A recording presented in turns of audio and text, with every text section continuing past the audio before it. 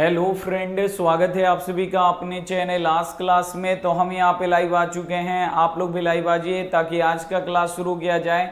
और आज के इस क्लास में विज्ञान के 100 गेस क्वेश्चन पढ़ेंगे जो आपके फाइनल बोर्ड परीक्षा 2024 के लिए काफ़ी इंपॉर्टेंट है। हम लोग फाइनल बोर्ड परीक्षा 2024 की तैयारी कर रहे हैं और ये सभी क्वेश्चन काफ़ी इंपॉर्टेंट है और इसमें से बहुत सारे क्वेश्चन आपके फाइनल बोर्ड परीक्षा में एकदम बाबू हूबहू लड़ेगा।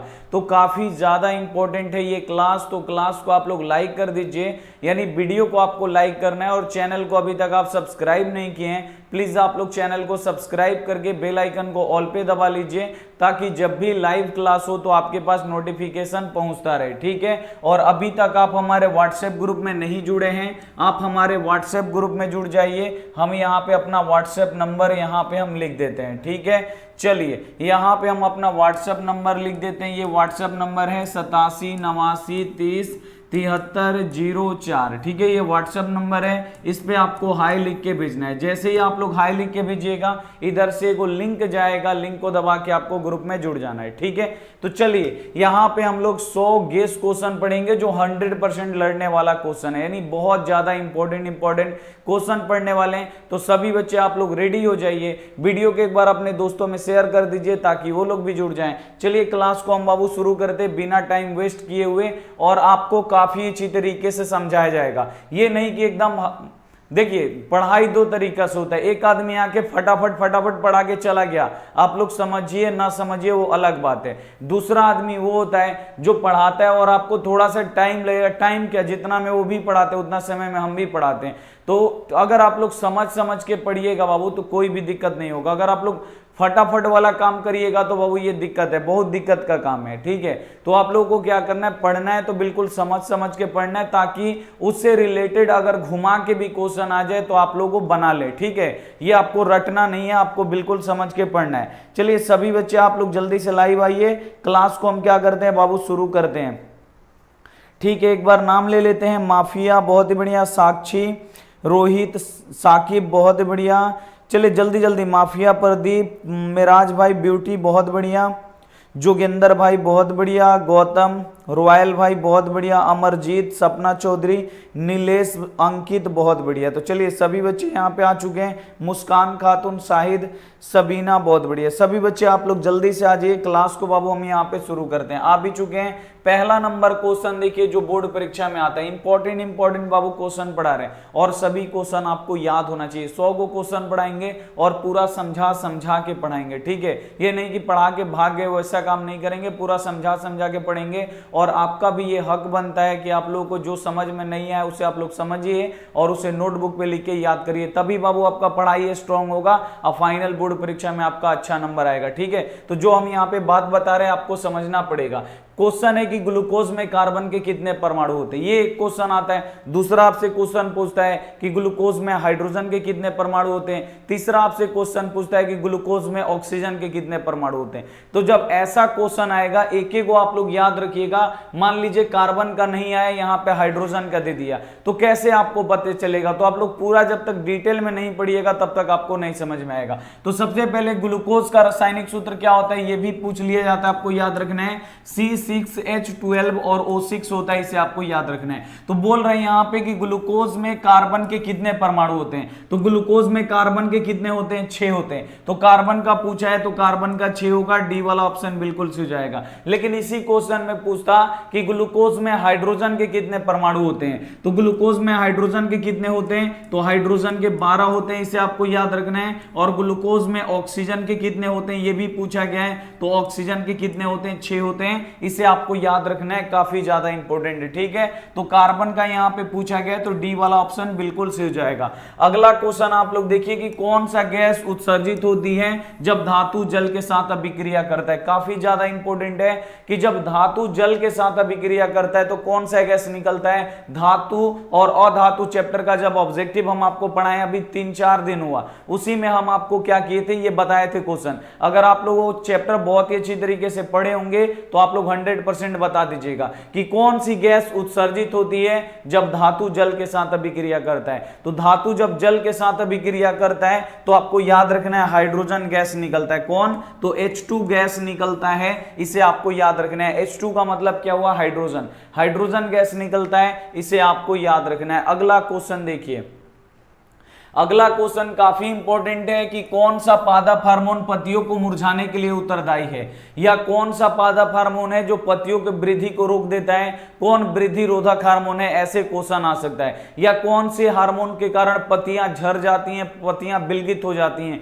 ये क्वेश्चन आता है। तो जल्दी से आप लोग बताइए कौन सा हार्मोन है जो पत्तियों को मुरझाने के लिए उत्तरदायी है, पत्तियों को झड़ाने के लिए उत्तरदायी है, और पेड़ पौधों को वृद्धि रोकने के लिए बाबू उत्तरदायी है। कौन है? तो आपको याद रखना है एब्सिसिक अम्ल। जो एब्सिसिक अम्ल होता है बाबू, ये पेड़ पौधों का वृद्धि रोधक हार्मोन है। इसके कारण से पत्तियां झड़ जाती हैं, पत्तियां विलगित हो जाती हैं, पत्तियां सूख जाती हैं, पेड़ पौधों की लंबाई है बाबू वो छोटी रह जाती है, इसी गैस के कारण, इसी हार्मोन के कारण। दूसरा क्वेश्चन आता है कि पेड़ पौधों का लंबाई बढ़ाने वाला हार्मोन कौन सा है? तो आपको याद रखना है ऑक्सिन और जिबरेलिन, आपको याद रखना है, ठीक है। तीसरा आपसे क्वेश्चन पूछता है कि पेड़ पौधों में फल पकाने वाला हार्मोन कौन सा होता है? पेड़ पौधों का फल पकता है तो किस कारण से बाबू फल पकता है, यानी कौन सा हार्मोन के कारण से फल पकता है? तो एथिलीन, आपको याद रखना है। जो एथिलीन होता है उसके कारण से जो पेड़ पौधों का फल होता है वो पकता है, और जो एथिलीन हार्मोन होता है वो गैस के रूप में पाया जाता है, इसे आपको याद रखना है। इतना आपको काफी अच्छी तरीके से याद रखना है। अगला क्वेश्चन देखिए, ये क्वेश्चन बोर्ड परीक्षा में बहुत बार पूछा जाता है कि अलैंगिक जनन मुकुलन द्वारा होता है। अब यहां पे आपको बताना है कि जो अलैंगिक जनन है बाबू, ये मुकुलन के द्वारा होता है। किसमें होता है ये आपको बताना है, अलैंगिक जनन मुकुलन के द्वारा। तो आपको याद रखना है ये 2 में होता है, और ये क्वेश्चन बाबू बार बार आता है, इसे एकदम आपको याद रखना है, एकदम 100% आपको याद रखना है। अलैंगिक जनन मुकुलन किसके द्वारा होता है? तो आपको याद रखना है किसमें किसमें होता है? तो हाइड्रा और ईस्ट आपको याद रखना है। एक आपको याद रखना है हाइड्रा, और दूसरा आपको याद रखना है ईस्ट। ये दोनों में क्या होता है बाबू, आपको याद रखना है अलैंगिक जनन मुकुलन के द्वारा होता है। इसमें मुकुलन के द्वारा अलैंगिक जनन होता है, इसे आपको याद रखना है, ठीक है। और अमीबा में जनन किसके द्वारा होता है? तो द्विखंडन के द्वारा होता है, इसे आपको याद रखना है, ठीक है। काफी ज्यादा इंपॉर्टेंट क्वेश्चन है, एक एक इंपॉर्टेंट क्वेश्चन है, आपको याद रखना है। अगला क्वेश्चन आप लोग देखिए, अगला क्वेश्चन है कि पुष्प का कौन सा भाग फल बनता है? आप लोग देखते होंगे कि फल आने से पहले बाबू उसमें फूल लगता है, तो फूल का कौन सा भाग बाबू फल बनता है, ये आपको बताना है। काफी ज्यादा इंपॉर्टेंट क्वेश्चन है। तो आपको याद रखना है कि पुष्प का कौन सा भाग, यानी पुष्प का मतलब होता है फूल, फूल का कौन सा भाग बाबू फल बनता है, ये आपको बताना है। तो आपको याद रखना है अंडाशय।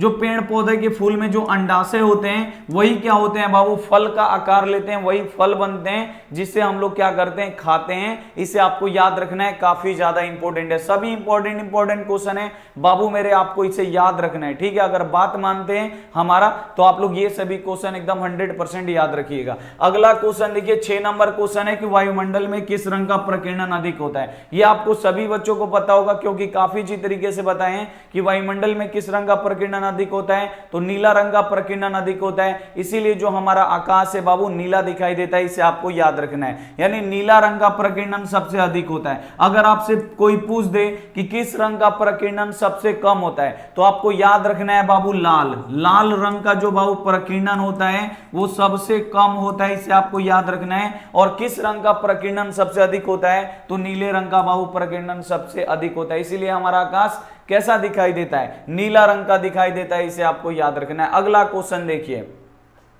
अगला क्वेश्चन ये भी काफी इंपॉर्टेंट है, एकदम आपको याद रखना है कि भारत में उत्पादित प्रत्यावर्ती विद्युत धारा की आवृत्ति है। जो भारत में बाबू विद्युत धारा उत्पादित किया जाता है, बनाया जाता है, उसकी आवृत्ति कितनी होती है ये आपको बताना है। आवृत्ति का ऐसा ही मात्रक क्या होता है, हर्ट्ज होता है, आपको याद रखना है, ठीक है। तो भारत में उत्पादित प्रत्यावर्ती विद्युत धारा की आवृत्ति कितनी होती है? तो 50 हर्ट्ज होता है, इसे आपको याद रखना है। कितना हर्ट्ज पे उत्पादित होती है, बिजली बनाया जाता है तो 50 हर्ट्ज पे बनाया जाता है, इसे आपको याद याद रखना है। अगला क्वेश्चन आपसे पूछेगा कि आवृत्ति का एसआई मात्रक क्या होता है। तो आवृत्ति का एसआई मात्रक क्या होता है बाबू, हर्ट्ज होता है, और हर्ट्ज को HZ से सूचित किया जाता है, इसे आपको याद रखना है। अगला क्वेश्चन, इसे आपको एकदम 100% बाबू मेरे आपको याद रखना है, बोर्ड परीक्षा में आता है कि 1 माइक्रो एम्पियर किसके बराबर होता है। अब यहां पे आपको बताना है कि 1 माइक्रो एम्पियर किसके बराबर होगा, और इसे आपको याद रखना है। तो जल्दी से आप लोग बताइए कि 1 माइक्रो एम्पियर किसके बराबर होता है। तो 10 के पावर -6 एम्पियर के, किसके बराबर। काफी ज्यादा इंपॉर्टेंट क्वेश्चन है, और ये क्वेश्चन बाबू मेरे आपको याद रखना है कि 1 माइक्रो एम्पियर किसके बराबर होता है, 10 के पावर -6 एम्पियर के। और ये काफी ज्यादा इंपॉर्टेंट है बाबू, ये क्वेश्चन आता है, इसे आपको क्या करना है, 100% आपको लिख के एकदम आपको याद रखना है। अगला क्वेश्चन देखिए, नेक्स्ट आप लोग क्वेश्चन देखिए।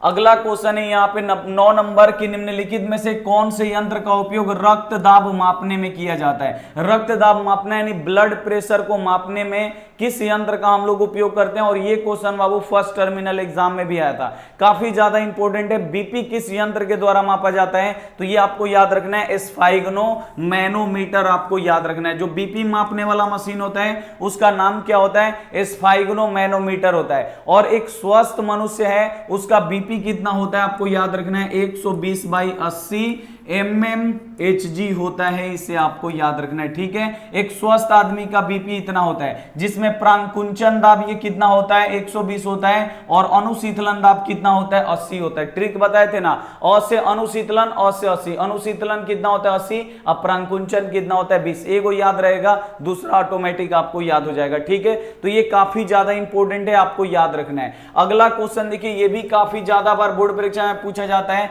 कि पुष्प का कौन सा भाग पराग कण बनता है। अब आपको बताना है कि पुष्प का कौन सा भाग है बाबू जो पराग कण बनता है, ये आपको याद रखना है। तो पुष्प का कौन सा भाग पराग कण बनता है, तो आपको याद रखना है पुंकेसर। जो पुंकेसर होता है ये क्या बनता है, अपना पराग कण बनता है, इसे आपको याद रखना है। काफी ज्यादा इंपॉर्टेंट क्वेश्चन है, बोर्ड परीक्षा में आता है। ठीक है, अगला क्वेश्चन आप लोग देखिए यहाँ पे। अगला यहाँ पे क्वेश्चन है बाबू 11 नंबर की, प्रकाश तरंग उदाहरण है। अब आपको बताना है कि जो हमारा प्रकाश तरंग है वो किसका उदाहरण है, यानी जो हमारा सूर्य का जो प्रकाश है वो किसका उदाहरण है। तो सूर्य का प्रकाश बाबू किसका उदाहरण है, तो आपको याद रखना है ये विद्युत चुंबकीय तरंग है। क्या है, सूर्य का प्रकाश बाबू विद्युत चुंबकीय तरंग भी है, इसे आपको याद रखना है। और ये अनुप्रस्थ तरंग भी होता है, इसे आपको याद रखना है। और जो सूर्य का बाबू प्रकाश होता है वो हमेशा सीधी रेखा में गमन करता है, ये भी आपको 100% आपको याद रखना है। अगला क्वेश्चन देखिए, सभी क्वेश्चन इंपॉर्टेंट है, आपको याद रखना है। अगला क्वेश्चन देखिए, किलोवाट घंटा बराबर होता है। अब आपको बताना है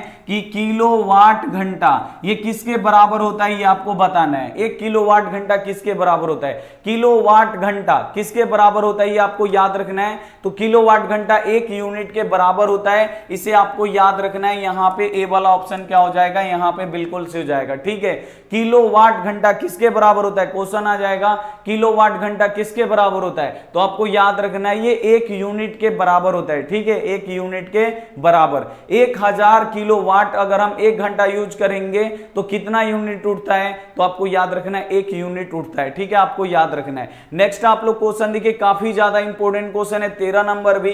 13 नंबर क्वेश्चन है कि 1 HP यानी 1 हॉर्स पावर किसके बराबर होता है, काफी ज्यादा इंपॉर्टेंट है, और ये आपको पता भी होगा क्योंकि हम आपको पढ़ाए थे। तो 1 हॉर्स पावर किसके बराबर होता है, तो 746 वाट के बराबर होता है। बी वाला ऑप्शन बिल्कुल से जाएगा। अब यहां पे बाबू वाट आया, तो वाट आपको याद रखना है कि किसका एसआई मात्रक वाट होता है, ये भी क्वेश्चन आता है। तो आपको याद रखना है जो शक्ति होता है, विद्युत शक्ति का एसआई मात्रक क्या होता है, वाट होता है, इसे आपको याद रखना है। ठीक है, याद रहेगा। अगला क्वेश्चन आप लोग देखिए, अगला क्वेश्चन है बाबू मेरे 14 नंबर की, धातुओं की प्रकृति होती है। धातु कैसे होते हैं, विद्युत धनात्मक होते हैं कि विद्युत ऋणात्मक होते हैं, ये आपको बताना है। तो जो धातु होते हैं बाबू मेरे, आपको याद रखना है इससे विद्युत धारा प्रवाहित होता है, और जिससे विद्युत धारा प्रवाहित होगा वो विद्युत धनात्मक होंगे, जिससे विद्युत धारा प्रवाहित नहीं होगा वो विद्युत ऋणात्मक होंगे, आपको याद रखना है। तो जो धातु होते हैं ये विद्युत धनात्मक होते हैं, ए वाला ऑप्शन बिल्कुल सही जाएगा। और जो अधातु होते हैं, अगर अधातु बाबू पूछ लिए तो क्या करिएगा, तो अधातु जो होते हैं ये विद्युत ऋणात्मक होते हैं, इसे आपको याद रखना है। पूरा बाबू आप लोग डिटेल में पढ़िए, बिना मतलब का मतलब नहीं पढ़ने का, ठीक है, पूरा डिटेल में पढ़िए। अगला क्वेश्चन है 15 नंबर की, ग्रेफाइड होता है। अब आपको बताना है बाबू, आपको पता है, हम आपको कई बार बताएं कि ग्रेफाइड एक ऐसा अधातु है जो विद्युत का सुचालक होता है, यानी जो अधातु होते हैं इसे विद्युत धारा प्रवाहित नहीं होता है, लेकिन ग्रेफाइड ही एक ऐसा अधातु है जिससे विद्युत धारा प्रवाहित होता है, इसीलिए ये क्वेश्चन बोर्ड परीक्षा में आता है, ठीक है। तो यहां पे आपसे बोल रहा है कि ग्रेफाइड होता है, विद्युत का कुचालक होता है, कुचालक यानी विद्युत धारा जिसे प्रवाहित नहीं होता है, नहीं, इसे विद्युत धारा प्रवाहित होता है, यह यानी ग्रेफाइड विद्युत का सुचालक होता है। तो बिल्कुल बी वाला ऑप्शन मैच कर रहा है कि जो ग्रेफाइड है बाबू विद्युत का सुचालक होता है, यानी उसे विद्युत धारा प्रवाहित होती है, ठीक है। और ग्रेफाइड बाबू ये भी क्वेश्चन आ सकता है कि ग्रेफाइड धातु है कि अधातु है, तो ग्रेफाइड क्या है, अधातु है। और ग्रेफाइड बाबू किसका अपरूप है, तो कार्बन का अपरूप कितना होता है, 4 गो, हीरा, ग्रेफाइड और आपका फ्लोरीन होता है, और एक होता है हीरा, ग्रेफाइड, और एक होता है, अभी यहां पे भूल रहे हैं, मतलब आगे हम आपको बता देते हैं, हीरा, ग्रेफाइड और यहाँ पे आयोडीन, नहीं, हीरा और उसके बाद ग्रेफाइड और उसके बाद आपका होता है फ्लोरीन, एक वो और होता है, जल्दी से आपको याद है तो जल्दी से आप लोग बता दीजिए, यहाँ पे एक दिमाग से उतर रहा है। चलिए नेक्स्ट क्वेश्चन आप लोग देखिए, हीरा, ग्रेफाइड। चलिए नेक्स्ट क्वेश्चन आप लोग देखिए, तत्वों के आवर्त वर्गीकरण का अष्टक नियम दिया। अब तत्वों के आवर्त वर्गीकरण में आपको बताना है कि क्या दे, जल्दी से आप लोग बताइए। आयोडीन नहीं होता है जी, कार्बन, हीरा, हाँ कार्बन होता है, 3 गो होता है, शायद हम 4 गो एक्स्ट्रा बता दिए। चलिए वही होता है, फ्लोरीन होता है, और यहाँ पे कार्बन होता है, मतलब कार्बन का अपरूप होता है हीरा, ग्रेफाइड और आपका होता है एगो फ्लोरीन, ठीक है। और एगो क्या होता है जी, एगो क्या होता है, कोयला चलिए 3 को याद रखिए, 3 को था। अगला देखिए, तत्वों के आवर्त वर्गीकरण का अष्टक नियम किसने दिया, आप लोगों को भी नहीं याद है, चलिए याद पड़ेगा तो हम आपको बताएंगे। तत्वों के आवर्त वर्गीकरण में बाबू अष्टक नियम किसने दिया था, तो आपको याद रखना है न्यूलैंड्स। कौन दिया था बाबू, न्यूलैंड्स ने अष्टक नियम दिया था, बी वाला ऑप्शन बिल्कुल सही हो जाएगा, ठीक है। अगला क्वेश्चन आप लोग देखिए, अगला क्वेश्चन है यहाँ पे 17 नंबर क्वेश्चन है कि अपघटक का उदाहरण है, काफी ज्यादा इंपॉर्टेंट है, बोर्ड परीक्षा में आता है कि अपघटक, अपघटक किसे बोलते हैं बाबू, तो जो किसी भी चीज को क्या करते हैं, सड़ा गला देते हैं, यानी मृत जीव को या मृत किसी भी चीज को क्या करते हैं, अपघटित कर देते हैं, यानी उसको क्या करते हैं, मिट्टी में मिला देते हैं, उसको खा पी के एकदम बराबर कर देते हैं, यानी उसको क्या करते हैं, सड़ा गला देते हैं, तो अपघटक उसे ही बोला जाता है। और जो कवक होता है बाबू आपको याद रखना है, ये अपघटक होते हैं, इसे आपको याद रखना है। ये जितने भी मृत जीव होते हैं उसको क्या करते हैं, धीरे धीरे खा के उसको एकदम बराबर कर देते हैं, इसे आपको याद रखना है। अगला क्वेश्चन देखिए 18 नंबर, ऊर्जा का SI मात्रक क्या होता है, तो ऊर्जा का SI मात्रक क्या होता है बाबू, जूल होता है, इसे आपको याद रखना है, बी वाला ऑप्शन बिल्कुल सही हो जाएगा, काफी ज्यादा इंपॉर्टेंट है।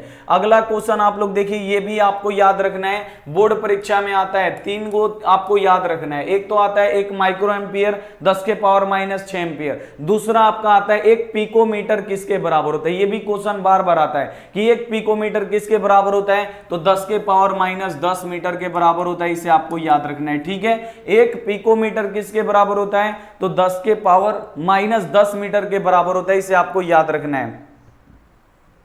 अगला क्वेश्चन आप लोग देखिए, यहाँ पे 20 नंबर क्वेश्चन है कि 1 एंगस्ट्रॉम का मान क्या होता है। अब यहाँ पे बताना है कि 1 एंगस्ट्रॉम का एंगस्ट्रॉम के बारे में आप लोग जानते हैं, जो बाबू तरंग दैर्ध्य होता है, तरंग दैर्ध्य को किस में मापते हैं, तो तरंग दैर्ध्य को एंगस्ट्रॉम में मापते हैं। और 1 एंगस्ट्रॉम बाबू किसके बराबर होता है, कितने मीटर के बराबर होता है, तो एक तरंग दैर्ध्य होता है जो यानी 1 एंगस्ट्रॉम होता है किसके बराबर होता है, तो 10 के पावर -10 मीटर के बराबर होता है, काफी ज्यादा इंपॉर्टेंट है, इसे भी एकदम आपको 100% एकदम आपको याद रखना है। मतलब 1 एंगस्ट्रॉम किसके बराबर होता है, तो 10 के पावर -10 मीटर के बराबर होता है। और 1 पिकोमीटर किसके बराबर होता है, तो 10 के पावर -12 पिकोमीटर के बराबर होता है। 1 माइक्रो एम्पियर किसके बराबर होता है, तो 10 के पावर -6 एम्पियर के क्या होता है, बराबर होता है। इसे आपको याद रखना है, याद रहेगा बाबू, काफी ज्यादा इंपॉर्टेंट क्वेश्चन है। अगला क्वेश्चन है कि विद्युत बल्ब का फिलामेंट बना होता है, और ये क्वेश्चन बाबू बोर्ड का फेवरेट है, ये आते रहता है कि जो विद्युत बल्ब का फिलामेंट है किसका बना होता है, विद्युत बल्ब में कौन सा गैस भरा जाता है। तो विद्युत बल्ब का जो फिलामेंट होता है बाबू टंगस्टन का बना होता है, और विद्युत बल्ब में कौन सी गैस भरी जाती है, निष्क्रिय गैस भरी जाती है। अब यहाँ पे क्वेश्चन पूछेगा खाना बनाने वाला हीटर या तापने वाला हीटर या विद्युत इस्त्री में कौन सा तार का प्रयोग किया जाता है, किस तार का प्रयोग किया जाता है। तो आपको याद रखना है नाइक्रोम के तार का, किसका, नाइक्रोम के तार का प्रयोग किया जाता है, इसे आपको याद रखना है। अगला क्वेश्चन आप लोग देखिए, बहुत ही अच्छा क्वेश्चन है। यहां पे देखिए क्वेश्चन है कि श्वेत प्रकाश कितने रंगों के मेल से बना होता है। अब आपको बताना है कि जो श्वेत प्रकाश है, ये श्वेत प्रकाश कितने रंग मिलते हैं तो श्वेत प्रकाश बनते हैं। जैसे हमारा सूर्य का प्रकाश है, सूर्य का प्रकाश श्वेत प्रकाश है, इसमें सूर्य के प्रकाश में कितने रंग होते हैं। तो आप सभी बच्चों को पता है कि सूर्य के प्रकाश में कितने रंग होते हैं, 7 रंग होते हैं, और जो सातों रंग आपस में मिलते हैं तो क्या बनते हैं बाबू, श्वेत प्रकाश बनते हैं। इसे आपको याद रखना है। तो जब भी बोलेगा श्वेत प्रकाश में कितने रंग होते हैं, 7 रंग होते हैं। सूर्य का प्रकाश कैसा है, तो श्वेत प्रकाश है, श्वेत प्रकाश में कितने रंग होते हैं, 7 रंग होते हैं बाबू मेरे, आपको याद रखना है। और सूर्य के जो श्वेत प्रकाश है उसको 7 रंगों में अलग अलग कौन विभाजित करता है, तो आपको याद रखना है प्रिज्म। जो प्रिज्म होता है ये सूर्य के श्वेत प्रकाश, यानी एक बगल से श्वेत प्रकाश जाएगा तो प्रिज्म से दूसरी तरफ निकलेगा तो सातों रंगों को क्या करेगा, अलग अलग कर देगा। प्रिज्म आपको याद रखना है, याद रहेगा। अगला क्वेश्चन आप लोग देखिए, काफी ज्यादा इंपॉर्टेंट है, बोर्ड परीक्षा में आता है। 23 नंबर क्वेश्चन है कि निकट दृष्टि दोष वाले व्यक्ति के चश्मे में होता है, और ये हर एक साल आता है, ये आएगा नहीं तो दूर दृष्टि दोष वाला आएगा, दोनों में से दोनों आपको याद रखना है। क्वेश्चन क्या है कि निकट दृष्टि दोष वाले व्यक्ति के चश्मे में क्या होता है, निकट दृष्टि दोष को ठीक करने के लिए किस लेंस का उपयोग किया जाता है, तो आपको याद रखना है अवतल लेंस का, ठीक है, याद रहेगा, काफी ज्यादा इंपॉर्टेंट है। दूसरा आपसे क्वेश्चन पूछा जाएगा कि दूर दृष्टि दोष को ठीक करने के लिए किस लेंस का प्रयोग करेंगे, तो दूर दृष्टि दोष को ठीक करने के लिए उत्तल लेंस का प्रयोग किया जाता है, इसे आपको याद रखना है। याद रहेगा कि नहीं, काफी ज्यादा इंपॉर्टेंट क्वेश्चन है ये आपके बोर्ड परीक्षा के लिए। अगला क्वेश्चन आप लोग देखिए, अगला क्वेश्चन है कि साधारण ताप पर फास्फोरस का अणु सूत्र होता है। अब यहां पे आपको बताना है कि जो फास्फोरस होता है, फास्फोरस को कहां पे डुबा के रखा जाता है, ये भी क्वेश्चन आता है। तो फास्फोरस को जल में डुबा के रखा जाता है और सोडियम को किरोसिन तेल में डुबा के रखा जाता है। तो यहां पे आपसे पूछा गया है कि फास्फोरस का अणु सूत्र क्या होता है, तो बाबू कई बार बताए हैं फास्फोरस का अणु सूत्र क्या होता है, P4 होता है। और फास्फोरस को कहां पे डुबा के रखा जाता है, तो जल में डुबा के रखा जाता है, इसे आपको याद रखना है। अगला क्वेश्चन आप लोग देखिए, फ्लोरीन अप्रूफ है ऑक्सीजन का कि फास्फोरस का कि कार्बन का कि सल्फर का। अब यहां पे आपको बताना है कि जो फ्लोरीन है ये किसका अप्रूफ है, काफी ज्यादा इंपॉर्टेंट क्वेश्चन है। तो फ्लोरीन बाबू किसका अप्रूफ होता है, तो कार्बन का अप्रूफ होता है, हीरा, ग्रेफाइड, फ्लोरीन, आपको ये याद रखना है। तो फ्लोरीन जो होता है बाबू आपको याद रखना है, ये कार्बन का अप्रूफ होता है, ठीक है। और दूसरा क्वेश्चन आपसे पूछता है कि कार्बन का सबसे शुद्ध रूप कौन सा है, तो कार्बन का सबसे शुद्ध रूप कौन सा है, तो आपको याद रखना है हीरा। हीरा जो होता है ये कार्बन का सबसे शुद्ध रूप होता है, इसे आपको याद रखना है, ठीक है। एक क्वेश्चन ये भी पूछा जाता है कि दुनिया का सबसे ऋणात्मक तत्व कौन सा है, तो दुनिया का सबसे अधिक विद्युत ऋणात्मक तत्व कौन सा है, तो आपको याद रखना है फ्लोरीन। जो फ्लोरीन होता है ये विद्युत दुनिया का सबसे विद्युत ऋणात्मक तत्व है, इसे आपको याद रखना है। अगला क्वेश्चन है कि मेंडलीफ ने अपने आवर्त सारणी में तत्वों को सजाया था। अब देखिए जो हम लोग अभी जो आवर्त सारणी पढ़ते हैं वो किसने बनाया है, मोसले ने बनाया, ठीक है। लेकिन सबसे पहले आवर्त सारणी किसने बनाया था, मेंडलीफ ने बनाया था। और मेंडलीफ ने बाबू तत्वों को किस आधार पर रखा था, तो तत्वों को मेंडलीफ किस आधार पर रखे थे, परमाणु द्रव्यमान पे। ये क्वेश्चन आता है बाबू आपके बोर्ड परीक्षा में, काफी ज्यादा इंपॉर्टेंट है, इसे आपको याद रखना है। मेंडलीफ किस आधार पर रखे थे, परमाणु द्रव्यमान पे। ये कुछ सालों तक चला, उसके बाद ये भी गलत सिद्ध हो गया। तो फिर मोसले साहब आए और वो क्या किए कि एक अलग से आवर्त सारणी बनाए और उसमें तत्वों को किस आधार पर रखे, तो परमाणु संख्या के आधार पर रखे, जिसे आज भी हम लोग क्या करते हैं, पढ़ते हैं, और उसे बोलते हैं मॉडर्न पीरियोडिक टेबल। यानी जो हमारा अभी पीरियोडिक टेबल हम लोग पढ़ते हैं वो किसने बनाया है, तो मोसले ने बनाया, इसे आपको याद रखना है। और उसमें तत्वों को किस आधार पर रखा गया है, तो परमाणु संख्या के आधार पे। लेकिन जो मेंडलीफ हैं इन्होंने जो आवर्त सारणी बनाया था बाबू आपको याद रखना है, ये परमाणु द्रव्यमान के आधार पर उन्होंने रखा था। अगर ये भी क्वेश्चन आ जाता है कि सबसे पहले आवर्त सारणी किसने बनाया, तो मेंडलीफ ने बनाया बाबू मेरे, आपको याद रखना है, ठीक है। अगला क्वेश्चन आप लोग देखिए, अगला क्वेश्चन है नाइट्रोजन डाइऑक्साइड यानी N2O का धुआं का रंग होता है। अब आपको बताना है कि जो नाइट्रोजन डाइऑक्साइड होता है उसके धुएं का रंग कैसा होता है। तो नाइट्रोजन डाइऑक्साइड के धुआं का रंग कैसा होता है, भूरा होता है। इसे आपको याद रखना है, काफी ज्यादा इंपॉर्टेंट है। अगला क्वेश्चन 30 नंबर बाबू आपको पता होगा और ये बोर्ड परीक्षा में बाबू बहुत बार क्वेश्चन आता है कि उभयलिंगी जीव है। अब इसमें से आपको बताना है कि उभयलिंगी क्या होता है। उभयलिंगी बोलेगा या आपसे बोलेगा कि द्विलिंगी कौन सा है। उभयलिंगी होता है और द्विलिंगी दोनों क्या होता है, सेम होता है, यानी जिसमें दोनों लिंग उपस्थित होते हैं उसे द्विलिंगी भी बोलते हैं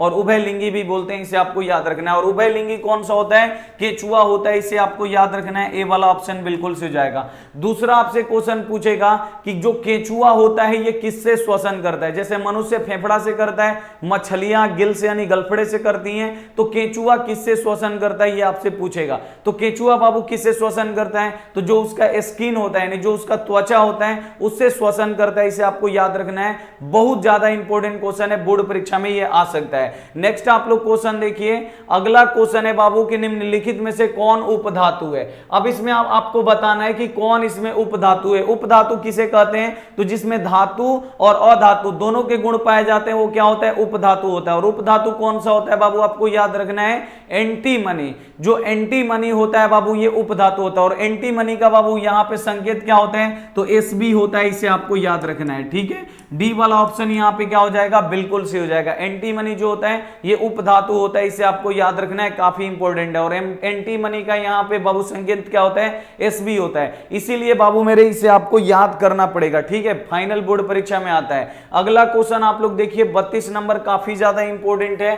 32 नंबर क्वेश्चन है कि कुटपाद किस में पाया जाता है। अब यहां पे आपको बताना है कि जो कुटपाद होता है वो किस में पाया जाता है, तो कुटपाद अमीबा में पाया जाता है। सी वाला ऑप्शन बिल्कुल से जाएगा। और जो अमीबा होता है अपना भोजन किसके द्वारा पकड़ता है, तो अमीबा अपना भोजन कुटपाद के द्वारा ही पकड़ता है या कुटपाद के द्वारा अंतर ग्रहण करता है, अंदर लेता है। इसे आपको याद रखना है, काफी ज्यादा इंपॉर्टेंट है। अगला क्वेश्चन आप लोग देखिए, अगला क्वेश्चन है फोटो कैमरा में कौन सा लेंस होता है। आपका फोटो कैमरा हो, डिजिटल कैमरा हो या मोबाइल का कैमरा हो या कोई भी कैमरा हो, फोटो कैमरा में कौन सा लेंस होगा ये आपको बताना है। तो फोटो कैमरा में कौन सा लेंस हो, कोई भी दुनिया का फोटो कैमरा हो उसमें हमेशा आपको याद रखना है उत्तल लेंस होता है। फोटो कैमरा में कौन सा लेंस होता है, तो उत्तल लेंस होता है। इसे आपको याद रखना है, ठीक है।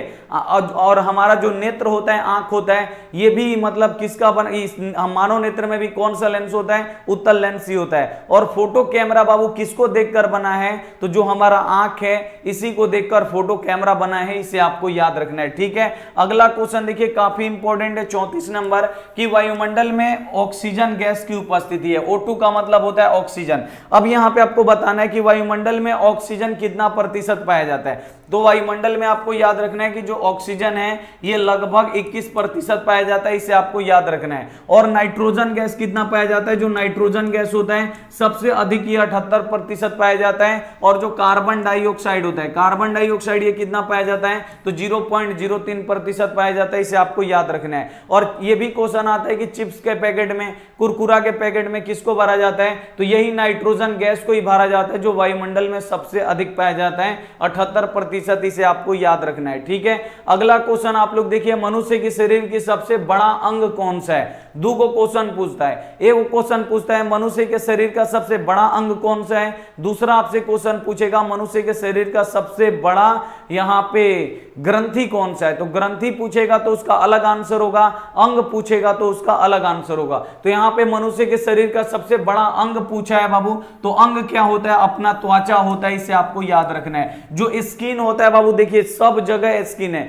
यानी जो स्किन है वो सबसे बड़ा अंग है हमारे शरीर का। इसे आपको याद रखना है। लेकिन अगर ग्रंथि का बोले कि हमारे शरीर का सबसे बड़ा ग्रंथि कौन सा है, तो आपको याद रखना है लीवर। लीवर का मतलब क्या होता है, इसे यकृत भी बोला जाता है। इसे आपको याद रखना है। जो लीवर होता है वो हमारे शरीर का सबसे बड़ा ग्रंथि है। और हमारे शरीर का सबसे बड़ा अंग कौन सा है, तो त्वचा है। इसे आपको याद रखना है, काफी ज्यादा इंपॉर्टेंट है। अगला क्वेश्चन आप लोग देखिए, काफी ज्यादा इंपॉर्टेंट है कि किसमें हीमोग्लोबिन नहीं पाया जाता। अब आपको बताना है कि किसमें हीमोग्लोबिन नहीं पाया जाता है। हीमोग्लोबिन के कारण ही जो बाबू खून होता है वो लाल दिखाई देता है। क्वेश्चन यही आता है कि रक्त लाल किसके कारण से दिखाई देता है, हीमोग्लोबिन के कारण से। अब जिस जानवर में हीमोग्लोबिन नहीं पाया जाएगा तो उसका जो रक्त है बाबू वो लाल नहीं दिखाई देगा। वो कैसे दिखाई देगा, उजला दिखाई देगा। तो बोल रहा है कि किसके रक्त में हीमोग्लोबिन नहीं होता है। कई बार बताएं कि जो कॉकरोच होता है, आपको याद रखना है, कॉकरोच हो गई, तितली हो गए, छोटे छोटे जो कीट पतंग होते हैं उसमें हीमोग्लोबिन नहीं पाया जाता है, और जो कॉकरोच होता है इसमें हीमोग्लोबिन नहीं पाया जाता है, तो इसका खून कैसा होता है, श्वेत होता है, आपको याद रखना है। ठीक है, दूसरा इससे क्वेश्चन पूछा जाता है कि जो कॉकरोच है इसमें कितने जोड़ी श्वास रंध्र पाए जाते हैं, तो कॉकरोच में कितने जोड़ी श्वास रंध्र पाए जाते हैं, तो 10 जोड़ी श्वास रंध्र पाए जाते हैं, इसे आपको याद रखना है, काफी ज्यादा इंपॉर्टेंट क्वेश्चन है। अगला क्वेश्चन आप लोग देखिए यहाँ पे 37 नंबर क्वेश्चन है कि कर्नाटका में जल संग्रहण व्यवस्था कौन सी है। अब आपको बताना है कि कर्नाटका में जल संग्रहण व्यवस्था का नाम क्या है। तो कर्नाटका में जो जल संग्रहण व्यवस्था है यानी पानी बचाने की जो व्यवस्था है उसका नाम क्या है, सुरंगम है, और ये भी क्वेश्चन बोर्ड परीक्षा में आता है बाबू मेरे, आपको याद रखना है। अगला क्वेश्चन आप लोग देखिए, अगला क्वेश्चन है 38 नंबर की, निम्नलिखित में से कौन वायरस संक्रमित रोग है। अब यहाँ पे आपको बताना है कि वो कौन सा रोग है जो वायरस के द्वारा होता है, वायरस के द्वारा फैलता है। ठीक है, तो कौन सा रोग वायरस संक्रमित रोग है, तो आपको याद रखना है HIV एड्स। किसको है, मतलब HIV एड्स ये क्या है बाबू, वायरस जनित रोग है, इसे आपको याद रखना है, वायरस के कारण से होता है। किस वायरस के, HIV वायरस के कारण से होता है, इसे आपको याद रखना है। अगला क्वेश्चन आप लोग देखिए 30 नंबर क्वेश्चन काफी ज्यादा इंपॉर्टेंट है यहाँ पे, सॉरी 39 नंबर की, श्वसन का अंतिम उत्पादक है। अब आपको बताना है कि जब हम श्वसन करते हैं तो श्वसन में क्या क्या बनता है। ठीक है, श्वसन का अंतिम उत्पादक बताना है। तो श्वसन के दौरान क्या बनता है, हम लोग ऑक्सीजन लेते हैं तो किस में बदलता है, कार्बन डाइऑक्साइड में बदलता है, जल और ऊर्जा का निर्माण होता है। बाबू आपको याद रखना है, बहुत बार क्वेश्चन ये बोर्ड परीक्षा में आए और आपके फाइनल बोर्ड परीक्षा 2024 में भी आ सकता है। ठीक है, तो यहां पे जब भी अगर आपसे क्वेश्चन पूछेगा कि श्वसन का अंतिम उत्पादक क्या है, तो आपको याद रखना है कार्बन डाइऑक्साइड, जल और ऊर्जा, इसे आपको याद रखना है, मोस्ट VVI क्वेश्चन है। नेक्स्ट आप लोग क्वेश्चन देखिए, अगला क्वेश्चन है बाबू कि निम्नलिखित में से कौन अधातु है। अब इसमें से आपको पहचानना है कि कौन अधातु है, तो आपको याद रखना है कि जो कार्बन होता है, कार्बन आपको पता है ना, कार्बन क्या है बाबू, अधातु है, और कार्बन के जितने भी हीरा, ग्रेफाइट, फ्लोरीन होते हैं ये सभी क्या होते हैं, अपरूप होते हैं। ठीक है, तो कार्बन क्या है बाबू, अधातु है, और यहां पे पूछता है कार्बन का संकेत क्या होता है, C होता है, और कार्बन का परमाणु संख्या भी बाबू पूछता है, कार्बन का परमाणु संख्या कितना होता है, 6 होता है, इसे आपको याद रखना है, काफी ज्यादा इंपॉर्टेंट है। ठीक है, नेक्स्ट आप लोग क्वेश्चन देखिए, अगला क्वेश्चन है बाबू यहां पे कि रासायनिक अभिक्रिया के दौरान किसी पदार्थ में ऑक्सीजन का योग क्या कहलाता है। अगर रासायनिक अभिक्रिया हो रहा है उसमें ऑक्सीजन जुट रहा है, उसमें क्या हो रहा है बाबू, ऑक्सीजन जुट रहा है, तो उसे हम लोग क्या बोलते हैं, तो जिस भी रासायनिक अभिक्रिया में ऑक्सीजन जुड़ता है, जैसे हम श्वसन कर रहे हैं तो श्वसन में क्या कार्बन डाइऑक्साइड अंदर थोड़ी जाता है, वो क्या करता है, जो फेफड़ा होता है वो फिल्टर का काम करता है, बाकी सब गैसों को रोक के रखता है, केवल ऑक्सीजन जो गैस है बाबू उसको ही क्या करता है, हमारे शरीर के अंदर भेजता है। तो हमारा ऑक्सीजन का इसमें योग हो रहा है, तो श्वसन भी क्या है बाबू, उपचयन है, इसे आपको याद रखना है। तो जिस भी रासायनिक अभिक्रिया में ऑक्सीजन जुटता है उसे हम लोग क्या बोलते हैं, उपचयन बोलते हैं। और जिस भी रासायनिक अभिक्रिया में ऑक्सीजन गैस बाहर निकलता है, ऑक्सीजन गैस क्या होता है, अलग होता है, उसे हम लोग क्या बोलते हैं, अपचयन बोलते हैं। तो ये भी क्वेश्चन बाबू बोर्ड परीक्षा में बहुत बार आता है, इसे एकदम आपको याद रखना है, काफी ज्यादा इंपॉर्टेंट है। अगला क्वेश्चन है जैव विविधता का विशिष्ट स्थल है। अब आपको बताना है कि जैव विविधता का विशिष्ट स्थल क्या है, तो आपको याद रखना है वन। वन में बाबू बहुत ज्यादा जैव विविधता पाया जाता है, इसे आपको याद रखना है, बहुत प्रकार के वन पाए जाते हैं एक स्थान पे, इसे आपको याद रखना है। ठीक है, डी वाला ऑप्शन यहाँ पे क्या हो जाएगा, बिल्कुल सही जाएगा। अगला क्वेश्चन आप लोग देख के बताइए, काफी ज्यादा इंपॉर्टेंट है, बोर्ड परीक्षा में आता है और इसे आपको बनाने आना चाहिए कि निम्न में से किस माध्यम में प्रकाश की चाल अधिकतम होता है। अब इसमें आपको बताना है प्रकाश की चाल अधिक किस में होता है, तो प्रकाश की सबसे चाल अधिक किस में होता है, तो आपको याद रखना है निर्वात में। निर्वात में कितना होता है, 3 लाख किलोमीटर पर सेकंड होता है, लेकिन इसमें तो निर्वात है ही नहीं है। तो निर्वात के बाद बाबू प्रकाश की चाल किस में अधिक होता है, तो हवा में होता है, आपको याद रखना है। तो इसमें सबसे ज्यादा हवा में प्रकाश का चाल होगा ऑप्शन के अनुसार। ठीक है, इसमें निर्वात नहीं दिया है तो इसमें हवा दिया है, तो उसके बाद निर्वात के बाद किसमें सबसे अधिक चाल होता है, हवा में होता है, इसे आपको याद रखना है। यह क्वेश्चन आपसे पूछा जाता है, निर्वात में प्रकाश की चाल हवा में प्रकाश की चाल की अपेक्षा क्या होता है, तो निर्वात में जो प्रकाश की चाल होती है वो अधिक होती है, और हवा में जो प्रकाश की चाल होती है वो क्या होती है, कम होती है, इसे भी आपको याद रखना है, याद रहेगा। अगला क्वेश्चन आप लोग देखिए, ये क्वेश्चन काफी ज्यादा इंपॉर्टेंट है, आपको याद रखना है, निम्नलिखित में से किस दर्पण की फोकस दूरी ऋणात्मक ऋणात्मक होती है। अब आपको बताना है कि वो कौन सी फोकस दूरी है जो बाबू मतलब किस दर्पण की फोकस दूरी ऋणात्मक, ऋणात्मक का मतलब होता है माइनस में, माइनस VE होती है। तो किस दर्पण की फोकस दूरी ऋणात्मक होती है? तो आपको याद रखना है अवतल दर्पण।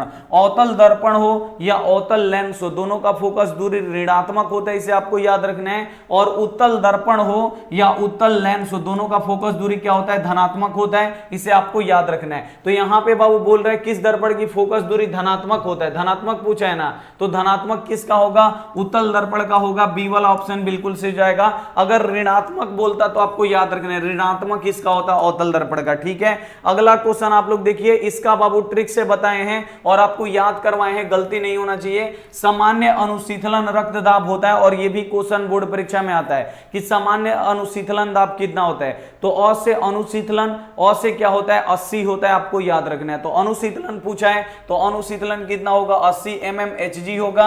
ए वाला ऑप्शन बिल्कुल सही जाएगा। अगर इसी क्वेश्चन में पूछता कि सामान्य व्यक्ति के प्रांकुंचन दाब कितना होता है, और ये भी क्वेश्चन बोर्ड परीक्षा में आता है, तो बाबू आपको हल्के में नहीं लेना है, सभी क्वेश्चन आपको काफी अच्छी तरीके से याद रखना है। तो प्रांकुंचन दाब कितना होता है? 120 होता है, इसे आपको याद रखना है। अगला क्वेश्चन है 46 नंबर, विद्युत आवेश का SI मात्रक क्या होता है? अब यहां पे आपको बताना है कि विद्युत आवेश का SI मात्रक क्या होता है। तो विद्युत आवेश का SI मात्रक क्या होता है बाबू मेरे? कूलाम्ब होता है, इसे आपको याद रखना है। विद्युत आवेश का SI मात्रक कूलाम्ब होता है, इसे आपको याद रखना है। ठीक है, काफी ज्यादा बोर्ड परीक्षा में ये आता है। और कूलाम्ब को किससे सूचित करते हैं? C से सूचित करते हैं। और प्रतिरोध का SI मात्रक क्या होता है? ओम होता है, आपको याद रखना है। और विद्युत विभव और विद्युत विभवांतर का SI मात्रक वोल्ट होता है। और विद्युत धारा का SI मात्रक क्या होता है? एम्पियर होता है। सभी आपको ऑप्शन याद होना चाहिए। ठीक है, जब ऑप्शन याद हो जाएगा तब समझिए कि आपका मतलब तैयारी बहुत ही अच्छी तरीके से हो गई है। अगला यहाँ पे क्वेश्चन है कि हमारा शरीर का पीएच परास कितने कितने के बीच में काम करता है। तो हमारे शरीर का जो वो पीएच परास है, ये भी क्वेश्चन बोर्ड परीक्षा में बहुत बार पूछा जाता है। तो हमारे शरीर का जो वो पीएच परास है कितने कितने के बीच में काम करता है? तो 7 से 7.8 के बीच में करता है। डी वाला ऑप्शन बिल्कुल सही जाएगा। दूसरा आपसे क्वेश्चन पूछेगा रक्त का पीएच मान कितना होता है? तो रक्त का पीएच मान कितना होता है? 7.4 होता है, इसे आपको याद रखना है, काफी ज्यादा इंपॉर्टेंट है। अगला क्वेश्चन आप लोग देखिए, अगला क्वेश्चन है 48 नंबर की, टिंडल प्रभाव प्रकाश की कौन सी परिघटना को दर्शाता है? तो टिंडल प्रभाव में जो कलाइडी विलयन होता है उसे भी प्रकाश का प्रकीर्णन क्या कहलाता है? तो आपको मतलब उसमें भी क्या होता है? प्रकाश की प्रकीर्णन ही होता है। उसमें छोटे छोटे कण से प्रकाश की जो किरणें वो टकराती हैं, तो भी क्या कहलाता है बाबू? प्रकाश का प्रकीर्णन कहलाता है। टिंडल प्रभाव प्रकाश की कौन सी परिघटना को दर्शाता है? तो आपको याद रखना है प्रकाश की प्रकीर्णन। दूसरा आपसे क्वेश्चन पूछेगा कि आकाश का रंग नीला किसके कारण से दिखाई देता है? तो आकाश का रंग जो बाबू नीला दिखाई देता है वो भी प्रकाश के प्रकीर्णन के कारण ही नीला दिखाई देता है, इसे आपको याद रखना है। दूसरा आपसे क्वेश्चन पूछेगा कि तारे क्यों टिमटिमाते हुए नजर आते हैं? तो तारे किसके कारण से टिमटिमाते हुए नजर आते हैं? वायुमंडलीय अपवर्तन। क्या आपको याद रखना है? वायुमंडलीय अपवर्तन के कारण जो तारे हैं वो टिमटिमाते हुए नजर आते हैं, इसे आपको याद रखना है। अगला क्वेश्चन आप लोग देखिए, अगला क्वेश्चन है बाबू, यहां पे आपको याद रखना है कि निम्नलिखित में से कौन सा असंतृप्त हाइड्रोकार्बन है। अब इसमें आपको बताना है कि असंतृप्त हाइड्रोकार्बन कौन सा होता है। तो जिसमें कार्बन कार्बन परमाणु के बीच में सिंगल बॉन्ड होता है वो संतृप्त हाइड्रोकार्बन होता है, और जिसमें कार्बन कार्बन परमाणु के बीच में 2 बॉन्ड होता है या 3 बॉन्ड होता है या डबल बॉन्ड होता है या ट्रिपल बॉन्ड होता है, वो असंतृप्त होता है, इसे आपको याद रखना है। तो इसमें संतृप्त पूछा गया, यहाँ पे असंतृप्त पूछा गया है। तो कार्बन यहाँ पे एक गो है, तो यहाँ पे ये कार्बन और 4 गो हाइड्रोजन, यहाँ पे इसकी वैलेंसी कितनी होती है? 4 गो होती है।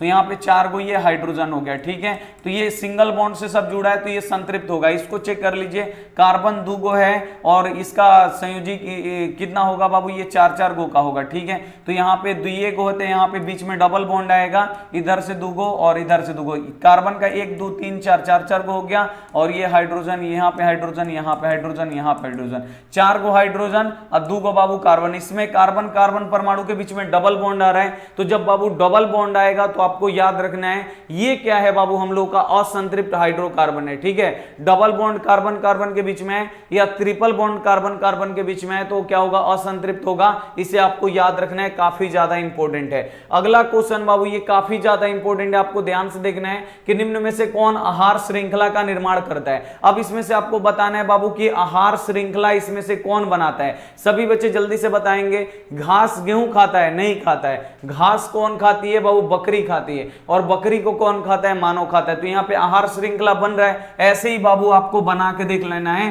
कि कौन यहाँ पे आहार श्रृंखला बन रहा है। बी वाला ऑप्शन बिल्कुल से जाएगा। घास को कौन खाएगी? बकरी। और बकरी को कौन खाएगा? मानव खाएगा। तो ये क्या होता है? आहार श्रृंखला बन रहा है। बी वाला ऑप्शन यहाँ पे बिल्कुल से जाएगा। अब ये क्वेश्चन बाबू आपको याद होना चाहिए, देखिए काफी इंपॉर्टेंट है।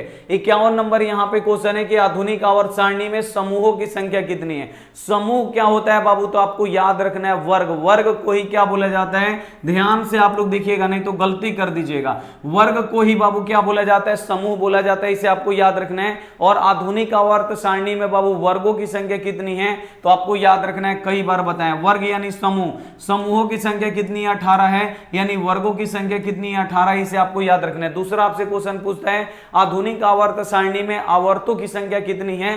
तो आवर्तों की संख्या बाबू 7 है। इसे आपको याद रखना है, ठीक है। अगला क्वेश्चन आप लोग देखिए, काफी ज्यादा इंपॉर्टेंट है। 52 नंबर। 52 नंबर यहाँ पे बाबू क्वेश्चन है कि खाद्य पदार्थ के डिब्बों पर जिंक के बजाय टीन का लेप लगा होता है। अब देखिए खाद्य पदार्थ के जो डिब्बे होते हैं उस पे जिंक के बजाय किसके लेप लगे होते हैं? तो टीन के लेप लगे होते हैं। तो टीन का लेप क्यों लगा होता है? तो टीन कम अभिक्रियाशील होता है और जिंक क्या होता है? ज्यादा अभिक्रियाशील होता है। तो जिंक ज्यादा अभिक्रियाशील होगा तो ये मिठाई से क्या करेगा? अभिक्रिया कर लेगा, मिठाई को खराब कर देगा। लेकिन टीन क्या होता है? कम अभिक्रियाशील होता है इससे, तो ये क्या करेगा? अभिक्रिया जल्दी नहीं करेगा, तो मिठाई ज्यादा दिन तक सुरक्षित रहेगा। तो यहाँ पे देखिए टीन की अपेक्षा जो जिंक होता है, जिंक अधिक अभिक्रियाशील होता है। यहाँ पे लिखा गया है टीन की अपेक्षा जो जिंक है बाबू वो अधिक अभिक्रियाशील होता है। इसीलिए मिठाई के डब्बे पे यानी खाद्य पदार्थ के डब्बे पे जिंक के बजाय किसका लेप लगाया जाता है? टीन का लेप लगाया जाता है। इसे आपको क्या रखना है? याद रखना है। अगला क्वेश्चन आप लोग देखिए, काफी ज्यादा इंपॉर्टेंट है। 53 नंबर। इसमें से कौन पादप हार्मोन है? अब इसमें से आपको पहचानना है, जल्दी से आप लोग पहचान के बताइए कि इसमें से पादप हार्मोन कौन से। सभी बच्चे जल्दी जल्दी आप लोग कमेंट करके आंसर बताइए, जल्दी से कमेंट करके बताएंगे। इसरत जहां बहुत ही बढ़िया, गोलू, सचिन, साहिल, शिखा शर्मा बहुत ही बढ़िया, जल्दी जल्दी आप लोग बताइए। आलिया भारती, चंदन, डॉन भाई, निक्की बहुत ही बढ़िया, साहिल, जोगेंद्र, रोचक, फैज मोहम्मद बहुत ही बढ़िया, जल्दी जल्दी आप लोग बताएंगे। क्वेश्चन बाबू यहाँ पे क्या पूछा गया कि इसमें पादप हार्मोन कौन सा है? बाबू इंसुलिन मनुष्यों में हार्मोन पाया जाता है, थायराइड ये भी मनुष्य में होता है, एस्ट्रोजन मनुष्य में होता है, लेकिन साइटोकाइनिन आपको याद है ना, साइटोकाइनिन है बाबू ये पेड़ पौधों में पाया जाता है। कौन कौन पेड़ पौधों का हार्मोन होता है? पेड़ पौधों में कितने हार्मोन होते हैं? 5। Auxin, gibberellin, cytokinin, abscisic acid और यहाँ पे 5वां कौन होता है? एथिलीन होता है, जो पेड़ पौधों में फलों को पकाता है। तो साइटोकाइनिन आपको याद रखना है, ये भी पेड़ पौधों में ही हार्मोन पाया जाता है, इसे आपको याद रखना है। अगला क्वेश्चन आप लोग देखिए, दांतों को साफ करने वाला दंत मंजन प्राय होता है। अब यहाँ पे आपको बताना है कि जो हम दांत साफ करते हैं दंत मंजन से वो कैसा होता है, यानी जो टूथपेस्ट करते हैं बाबू वो कैसा होता है। तो ये आपको याद रखना है, क्षारीय होता है। कई बार बोर्ड परीक्षा में पूछा गया है और आपके फाइनल बोर्ड परीक्षा में भी पूछा जाएगा। अगला क्वेश्चन आप लोग देखिए, अगला क्वेश्चन है कि क्लोरीन के परमाणु की बाह्यतम कक्षा में कितने इलेक्ट्रॉनों की संख्या होती है। अब आपको बताना है कि क्लोरीन परमाणु के बाह्यतम कक्षा में कितने इलेक्ट्रॉन होंगे। तो सबसे पहले क्लोरीन का संकेत क्या होता है? Cl होता है, और क्लोरीन का परमाणु संख्या कितना होता है? 17 होता है। तो पहली कक्षा में 2 इलेक्ट्रॉन होते हैं, दूसरी कक्षा में कितना होता है? 8 इलेक्ट्रॉन होगा। तीसरी कक्षा में देखिए 8 2 10, तीसरी में कितना बचेगा बाबू? 7 इलेक्ट्रॉन बचेगा। तो इसके बाह्यतम कक्षा में बोल रहा है कितना इलेक्ट्रॉन होगा, यानी अंतिम कक्षा में कितना इलेक्ट्रॉन होगा? 7 इलेक्ट्रॉन होगा। सी वाला ऑप्शन यहाँ पे क्या हो जाएगा? बिल्कुल से हो जाएगा, काफी ज्यादा इंपॉर्टेंट है।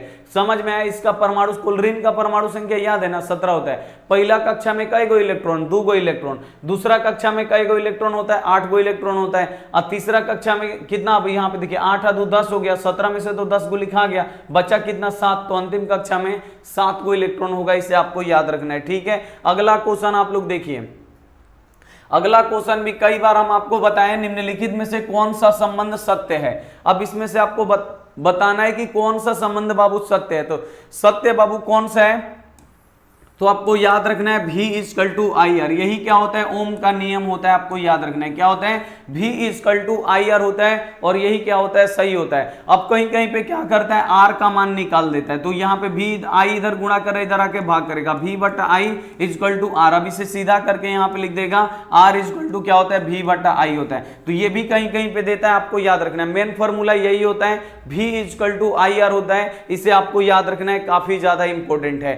नेक्स्ट आप लोग क्वेश्चन देखिए कि निम्नलिखित में से कौन बौने पौधे को दर्शाता है। अब इसमें से आपको बताना है कि कौन इसमें बौने पौधे को दर्शाता है, बौना पौधा इसमें कौन होगा, देख के आप लोग बताइए। तो जो दोनों छोटा टी होगा ये बौने पौधे होंगे, इसे आपको याद रखना है, और जो दोनों यहाँ पे कैपिटल टी होगा, बड़ा टी होगा, वो लंबा पौधा होगा, इसे आपको याद रखना है। ठीक है, अगला क्वेश्चन आप लोग देखिए काफी ज्यादा इंपॉर्टेंट है कि किसी अंतरिक्ष यात्री को आकाश कैसा प्रतीत होता है, यानी अगर अंतरिक्ष यात्री है उसको आकाश कैसा दिखाई देगा, या चंद्रमा पे कोई व्यक्ति खड़ा है उसको आकाश कैसा दिखाई देगा, तो आपको याद रखना है वो काला दिखाई देगा। काला क्यों दिखाई देगा, क्योंकि अंतरिक्ष में भी वायुमंडल नहीं है, वायुमंडल नहीं होगा तो छोटे छोटे धूलकण नहीं होंगे, प्रकाश का प्रकीर्णन नहीं होगा। उसी प्रकार वहां पे चंद्रमा पे भी अपना वायुमंडल नहीं होता, उस पर भी छोटे छोटे धूलकण नहीं होते हैं, और वहां से भी आकाश को देखने पे कैसा दिखाई देता है, काला दिखाई देता है। इसे आपको याद रखना है, याद रहेगा, बहुत ज्यादा इंपॉर्टेंट है। अगला क्वेश्चन है बाबू यहाँ पे 59 नंबर कि रुधिर का कौन सा अवयव रक्त स्राव को रोकने में मदद करता है। अब यहाँ पे आपको बताना है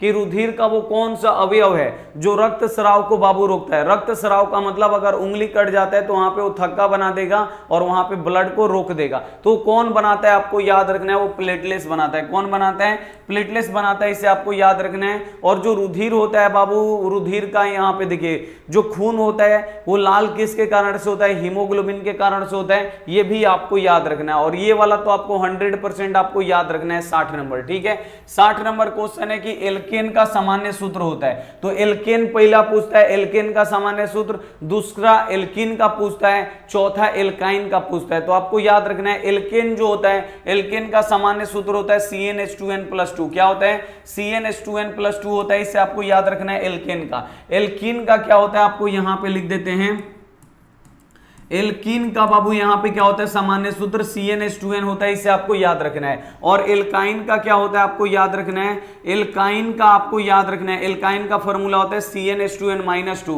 और ये क्वेश्चन बाबू बोर्ड परीक्षा में पूछते रहता है कि एल्कीन का सूत्र क्या है, एल्काइन का सूत्र क्या होता है, एल्केन का सूत्र क्या होता है। तो ये सभी बाबू मेरे आपको याद होना चाहिए, तीनों आप लोग याद रखिए, स्क्रीनशॉट एक बार आप लोग ले लीजिए। ये एल्केन का होता है CnH2n+2, एल्कीन का क्या होता है आपको याद रखना है CnH2n यहां पे होता है, और एल्काइन का क्या होता है CnH2n-2 होता है, इसे आपको याद रखना है, काफी ज्यादा इंपॉर्टेंट क्वेश्चन है। अगला क्वेश्चन आप लोग देखिए, अगला क्वेश्चन है वास्तविक वस्तु का आभासी प्रतिबिंब बनता है। अब यहां पे आपको बताना है कि वास्तविक वस्तु का आभासी प्रतिबिंब बाबू किसमें बनता है। आभासी प्रतिबिंब किसमें बनता है, तो आपको याद रखना है समतल दर्पण में भी आभासी प्रतिबिंब बनता है, उत्तल दर्पण में भी आभासी प्रतिबिंब बनता है। आभासी प्रतिबिंब कैसा होता है, सीधा होता है, आपको पता है ना, आभासी कैसा होता है, प्रतिबिंब सीधा होता है। तो समतल दर्पण में भी सीधा बनता है, उत्तल दर्पण में भी सीधा बनता है, और अवतल दर्पण में सीधा और उल्टा दोनों बनता है। इसमें आभासी और यहाँ पे वास्तविक दोनों बनता है। तो यहाँ पे क्वेश्चन है कि आभासी प्रतिबिंब किसमें बनता है, तो समतल दर्पण में भी बनता है, उत्तल दर्पण में भी बनता है, और यहाँ पे अवतल दर्पण में भी बनता है आभासी। ठीक है, डी वाला ऑप्शन, यानी इनमें से सभी में डी वाला ऑप्शन बिल्कुल से हो जाएगा। फिर आपसे क्वेश्चन पूछेगा कि वास्तविक प्रतिबिंब किस दर्पण में बनता है, तो बाबू इसमें तो काल्पनिक बनता है, यानी आभासी बनता है, इसमें भी काल्पनिक यानी आभासी बनता है। एक एक दर्पण है जिसमें क्या होता है, वास्तविक प्रतिबिंब बनता है। किसमें वास्तविक प्रतिबिंब बनता है, तो अवतल दर्पण में केवल वास्तविक प्रतिबिंब बनता है, इसे आपको याद रखना है, याद रहेगा। अगला क्वेश्चन आप लोग देखिए, इसमें पहचानिए, पहचानने के लिए देता है कि निम्नलिखित में से कौन अम्ल है। तो आप लोग जल्दी जल्दी पहचान के बता दीजिए किसमें से अम्ल कौन सा है। तो आपको याद रखना है कि जो ये HCl होता है ये अम्ल होता है, इसे आपको याद रखना है, डी वाला ऑप्शन बिल्कुल से जाएगा। इसमें से अम्ल कौन है, HCl है। और ये HCl अम्ल कहां पे होता है बाबू, हमारे पेट में होता है। और HCl अम्ल का काम क्या है, तो भोजन को पचाने में सहायता करना, मदद करना, इसे आपको याद रखना है। अगला क्वेश्चन आप लोग देखिए, अगला क्वेश्चन है आवर्त सारणी में दाईं ओर रखे गए तत्व कहलाते हैं। आवर्त सारणी में बाबू दाएं ओर कौन से तत्व रखे गए हैं, ये आपको बताना है, काफी ज्यादा इंपॉर्टेंट है। तो आवर्त सारणी में बाबू दाएं ओर कौन से तत्व रखे गए हैं, अधातु रखे गए हैं, इसे आपको याद रखना है, बी वाला ऑप्शन बिल्कुल से हो जाएगा। और बाएं ओर कौन से रखे गए हैं, तो बाएं ओर धातु रखे गए हैं, इसे आपको याद रखना है, काफी ज्यादा इंपॉर्टेंट है। आवर्त सारणी में दाएं ओर कौन से तत्व रखे गए हैं, तो अधातु रखे गए हैं, इसे आपको याद रखना है। और बाएं ओर कौन से धातु रखे गए हैं, तो आपको याद रखना है धातु तत्व रखे गए हैं, धातु रखे गए हैं। अगला क्वेश्चन आप लोग देखिए, ये भी क्वेश्चन बोर्ड परीक्षा में आता है, इसे आपको याद रखना है। 64 नंबर क्वेश्चन है, अधातु के ऑक्साइड कैसे होते हैं। अधातु के भी ऑक्साइड पूछते हैं और धातु के भी ऑक्साइड पूछते हैं, ये आपको पता होना चाहिए। तो अधातु के ऑक्साइड कैसे होते हैं, तो अधातु के ऑक्साइड बाबू अम्लीय होते हैं, नहीं एसिडिक होता है, इसे आपको याद रखना है। बी वाला ऑप्शन बिल्कुल सही जाएगा। और जो धातु होता है आपको याद रखना है, धातु के ऑक्साइड कैसे होते हैं, तो धातु के ऑक्साइड क्षारीय होते हैं, ये भी आपको याद रखना है, काफी ज्यादा इंपॉर्टेंट है। ठीक है, याद रहेगा ना, काफी ज्यादा इंपॉर्टेंट है। अगला क्वेश्चन आप लोग देखिए 65 नंबर क्वेश्चन है कि एल्यूमिनियम का निष्कर्षण किस विधि के द्वारा किया जाता है। तो एल्यूमिनियम को बाबू खनिज, एल्यूमिनियम का खनिज क्या है, बॉक्साइड है। बॉक्साइड से अगर एल्यूमिनियम को अलग करना होगा तो किस विधि से करेंगे, तो आपको याद रखना है विद्युत अपघटन की अभिक्रिया से। किसके द्वारा, विद्युत अपघटन अभिक्रिया के द्वारा करेंगे। बी वाला ऑप्शन बिल्कुल सही जाएगा। अब यहाँ पे विद्युत अपघटन में क्या होता है कि किस पे मतलब धातु पाई जाती है और किस पे मतलब अशुद्ध रूप पाया जाता है। तो आपको याद रखना है कि विद्युत अपघटन अभिक्रिया में जो एनोड होता है उस पे अशुद्ध धातु प्राप्त होता है, और जिस पे मतलब यहाँ पे जो कैथोड होता है उस पे शुद्ध धातु प्राप्त होता है, इसे आपको याद रखना है। ये भी क्वेश्चन पूछा जाता है। नेक्स्ट आप लोग क्वेश्चन देखिए, ये भी काफी ज्यादा इंपॉर्टेंट है, बोर्ड परीक्षा में पूछा जाता है कि प्राकृतिक रबड़ बहुलक है। अब आपको बताना है कि जो प्राकृतिक रबड़ है ये किसका बहुलक है। तो प्राकृतिक रबड़ बाबू किसका बहुलक है, तो ये आइसोप्रीन का बहुलक है, इसे आपको याद रखना है। प्राकृतिक रबड़ किसका बहुलक है, आइसोप्रीन का बहुलक है, इसे आपको याद रखना है, काफी ज्यादा इंपॉर्टेंट है। ठीक है, याद रहेगा। अगला क्वेश्चन आप लोग देखिए, अगला क्वेश्चन है कार्बनिक यौगिक में कार्बन की संयोजकता होती है। अब आपको बताना है कि कार्बनिक यौगिक में या कार्बन, या डायरेक्ट ऐसे पूछ देगा कि कार्बन की संयोजकता कितनी होती है। तो कार्बन का बाबू परमाणु संख्या कितना होता है, 6 होता है। पहली कक्षा में 2 इलेक्ट्रॉन, दूसरा कक्षा में कितना बचेगा, 6 में से तो 2 निकल गया, दूसरा में कितना बचेगा, 4। तो जो अंतिम कक्षा में इलेक्ट्रॉन होते हैं वही संयोजी इलेक्ट्रॉन होते हैं, इसे आपको याद रखना है। तो कार्बन के कितने संयोजी इलेक्ट्रॉन हैं, तो आपको याद रखना है कार्बन के 6, यहां पे सॉरी कार्बन के कितने 4 संयोजी इलेक्ट्रॉन होते हैं, इसे आपको याद रखना है, काफी ज्यादा इंपॉर्टेंट है। अगला क्वेश्चन आप लोग देखिए, अगला यहां पे क्वेश्चन है कि वो कौन सा प्रक्रम है जिसके द्वारा शरीर में ऊर्जा का उत्पादन होता है। तो किस प्रक्रम के द्वारा शरीर में ऊर्जा का उत्पादन होता है, तो आपको याद रखना है श्वसन। श्वसन जब करते हैं तो हमारे शरीर में जो भोजन यानी जो ग्लूकोज बना होता है वो जलता है और हमें ऊर्जा देता है, इसे आपको याद रखना है। अगला क्वेश्चन है बाबू यहाँ पे कि प्रकाश का वर्ण विक्षेपण किस उपकरण से संभव होता है। यानी जब हमको प्रकाश का वर्ण विक्षेपण करना होगा, यानी सूर्य का श्वेत प्रकाश को क्या 7 रंगों में विभक्त करना होगा, तो हम किसका प्रयोग करेंगे, तो किसका प्रयोग करेंगे बाबू, प्रिज्म का प्रयोग करेंगे, इसे आपको याद रखना है, याद रहेगा। नेक्स्ट क्वेश्चन आप लोग देखिए, अगला यहाँ पे बाबू मेरे क्वेश्चन है 70 नंबर की, इंद्रधनुष में इंद्रधनुष का बनना किस परिघटना पर आधारित है। तो इंद्रधनुष बाबू किस घटना के आधार पर बनता है, तो आपको याद रखना है इंद्र जो धनुष है ये प्रकाश का वर्ण विक्षेपण के कारण से बनता है। इंद्रधनुष किसके कारण से बनता है, प्रकाश के वर्ण विक्षेपण। दूसरा आपसे क्वेश्चन पूछेगा कि इंद्रधनुष में कितने रंग होते हैं, तो इंद्रधनुष में 7 रंग होते हैं। और इंद्रधनुष के सबसे बाहर में कौन से रंग होते हैं, तो लाल रंग होता है। और इंद्रधनुष में अंदर कौन सा रंग होता है, तो बैगनी रंग होता है। और इंद्रधनुष हमेशा किस दिशा में बनता है, तो हमेशा सूर्य के विपरीत दिशा में बनेगा इंद्रधनुष, इसे आपको याद रखना है, काफी ज्यादा इंपॉर्टेंट है। अगला यहाँ पे क्वेश्चन है कि किस जीव में लैंगिक और अलैंगिक दोनों प्रजनन होते हैं, इसे आपको बताना है, काफी ज्यादा इंपॉर्टेंट है। अब यहाँ पे आपको बताना है कि वो कौन सा जंतु है जिसमें लैंगिक जनन भी होता है और अलैंगिक जनन भी होता है। तो बाबू आपको याद रखना है वो हाइड्रा है। कौन है, हाइड्रा है, इसे आपको याद रखना है। हाइड्रा में लैंगिक प्रजनन भी होता है और अलैंगिक प्रजनन भी होता है, इसे आपको याद रखना है, काफी ज्यादा इंपॉर्टेंट है, याद रहेगा, बहुत ज्यादा इंपॉर्टेंट है। अगला क्वेश्चन है बाबू 72 नंबर की, ओम के नियम को परिभाषित करने में किसका मान अचर रहता है। यानी किसका मान अचर का मतलब किसका मान नहीं बदलता है। तो ओम के नियम में बाबू किसका मान नहीं बदलता है, तो ताप का मान नहीं बदलता है। और ओम के गणितीय रूप क्या होता है, V=IR होता है, इसे आपको याद रखना है, काफी इंपॉर्टेंट है, ये भी क्वेश्चन पूछ लिया जाता है। अगला क्वेश्चन आप लोग देखिए, काफी ज्यादा इंपॉर्टेंट है, 73 नंबर, और ये आपको याद होना चाहिए कि डायनेमो से कौन सा धारा प्राप्त होता है। जो डायनेमो होता है उससे कौन सी धाराएं, कौन कौन सी धाराएं प्राप्त होती हैं, ये आपको बताना है। जानना है, बोर्ड परीक्षा में आता है, तो डायनेमो से बाबू प्रत्यावर्ती धारा भी प्राप्त होता है और दिष्ट धारा भी प्राप्त होता है, यानी दोनों धाराएं प्राप्त होती हैं। इसे आपको याद रखना है। सी वाला ऑप्शन यहाँ पे क्या हो जाएगा, बिल्कुल से हो जाएगा। नेक्स्ट आप लोग क्वेश्चन देखिए, अगला क्वेश्चन है बाबू 74 नंबर कि लार में निम्नलिखित में से कौन सा एंजाइम पाए जाते हैं। तो लार में बाबू कौन सा एंजाइम पाया जाता है, तो आपको याद रखना है टायलिन। लार में कौन सा एंजाइम, टायलिन पाया जाता है, इसे आपको याद रखना है। और जो हमारे मुंह में लार निकलता है, ये किससे निकलती हैं, लार ग्रंथियों से निकलती हैं। और हमारे मुंह में कितनी जोड़ी लार ग्रंथियां होती हैं, तो 3 जोड़ी लार ग्रंथियां होती हैं, इसे आपको याद रखना है। अगला क्वेश्चन आप लोग देखिए, अगला क्वेश्चन है कि भोजन का मुख्य रूप से अवशोषण होता है। तो भोजन का बाबू मुख्य रूप से अवशोषण कहां पे होता है, तो आपको याद रखना है छोटी आंत में। यहां पे देखिए कहां दिया है, भोजन का मुख्य रूप से अवशोषण कहां पे होता है, इलियम में होता है, इसे आपको याद रखना है। डी वाला ऑप्शन यहां पे क्या हो जाएगा, बिल्कुल से हो जाएगा।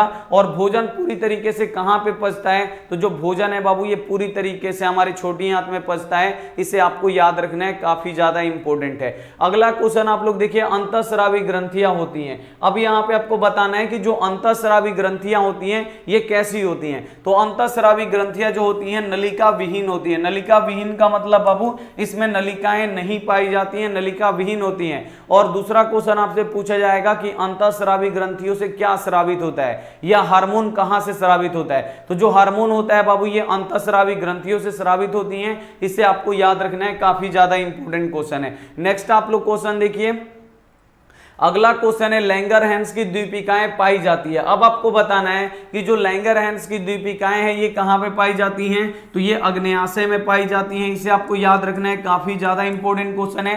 डी वाला ऑप्शन यहां पे बिल्कुल से हो जाएगा। अगला क्वेश्चन आप लोग देखिए, अगला क्वेश्चन है कि पुरुषों के यौन आरंभ के लक्षण है। अगर लड़का जवान हो रहा है तो उसमें क्या क्या चेंज होगा, तो यहाँ पे देखिए दाढ़ी वो मूछ आने लगेगा, ठीक है। दूसरा उसका कंठ है वो फूट जाएगा, यानी वो क्या होगा, बड़े की तरह बात करेगा, थोड़ा आवाज उसका क्या होगा, भारी होगा। और मतलब जिसका कंठ नहीं फूटा होता है एकदम लड़की की तरह बात करता है, पतला आवाज होता है। लेकिन लड़का जब मतलब जवान होने लगता है तो उसका दाढ़ी मूछ निकलने लगता है। दूसरा उसका कंठ जो होता है वो फूट जाता है, यानी भारी आवाज होता है, और मांसपेशियों में उभार आने लगता है। यानी इनमें से सभी आपको याद रखना है, डी वाला ऑप्शन बिल्कुल से हो जाएगा, काफी ज्यादा इंपॉर्टेंट है। अगला क्वेश्चन है बाबू यहाँ पे 79 नंबर कि पर्यावरण मुख्यतः कितने मतलब घटकों से मिलकर बना होता है। तो पर्यावरण जो होता है बाबू ये मुख्यतः 2 घटकों से मिलकर बना होता है। कितने घटकों से, 2 घटकों से मिलकर बना होता है। एक होता है जैव घटक और दूसरा होता है अजैव घटक, आपको याद रखना है, ठीक है। अगला क्वेश्चन आप लोग देखिए,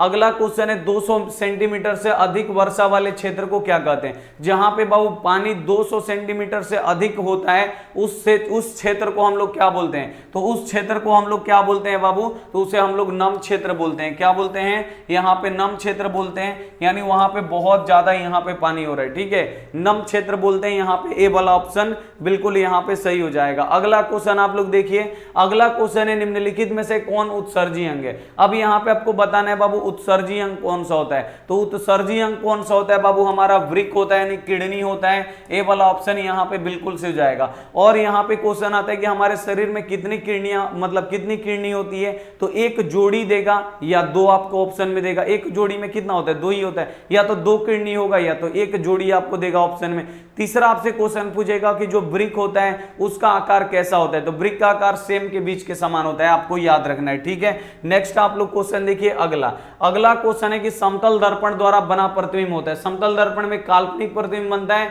कि वास्तविक बनता है कि दोनों बनता है कि इसमें से कोई नहीं। सभी बच्चे जल्दी से आप लोग कमेंट करके बताएंगे कि यहाँ पे समतल दर्पण में कैसा प्रतिबिंब बनता है। तो बाबू समतल दर्पण में आपको याद रखना है सीधा प्रतिबिंब बनता है, और जो सीधा होता है ये वास्तविक होता है काल्पनिक, तो आपको याद रखना है काल्पनिक। काल्पनिक को आभासी भी बोला जाता है, इसे आपको याद रखना है, ठीक है। अगला क्वेश्चन आप लोग देखिए, यहाँ पे 83 नंबर क्वेश्चन है कि मैग्नीशियम पाया जाता है। तो बाबू मैग्नीशियम किस में पाया जाता है, तो क्लोरोफिल में पाया जाता है, इसे आपको याद रखना है। और जो पेड़ पौधों की पत्तियां होती हैं यही क्लोरोफिल के कारण से हरी दिखाई देती हैं, इसे आपको याद रखना है। और तीसरा आपसे क्वेश्चन पूछता है यहाँ पे कि क्लोरोफिल क्या करता है, तो क्लोरोफिल क्या करता है पेड़ पौधों में, तो सूर्य की प्रकाश को अवशोषण करता है। ये प्रकाश संश्लेषी अंगक है, प्रकाश संश्लेषण में भाग लेता है, इसे आपको याद रखना है। ठीक है, अगला क्वेश्चन आप लोग देखिए, काफी ज्यादा इंपॉर्टेंट है कि वृक्क के रचनात्मक एवं क्रियात्मक इकाई को कहते हैं। एक होता है वृक्क के रचनात्मक एवं क्रियात्मक इकाई और दूसरा होता है तंत्रिका तंत्र के रचनात्मक एवं क्रियात्मक इकाई।